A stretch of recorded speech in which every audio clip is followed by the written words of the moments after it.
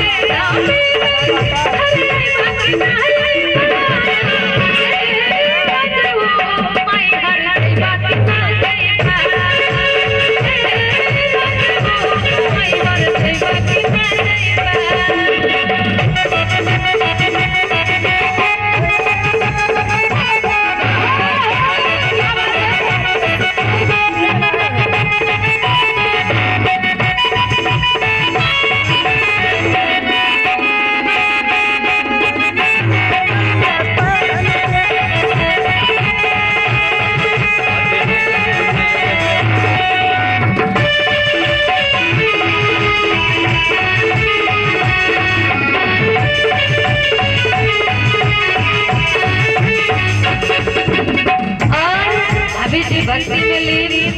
माई के दर्शन करे के आत्मन में लगवा तो सब कुछ पीछे छोड़ दे बाड़ी का कहा कहे अरे का कर्म पैसा पाई कमाई के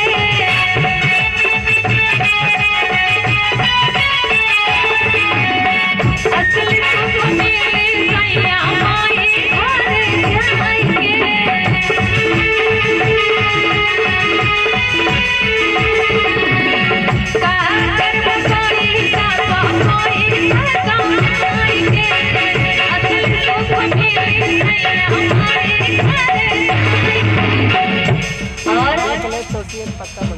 हमारे विनय भैया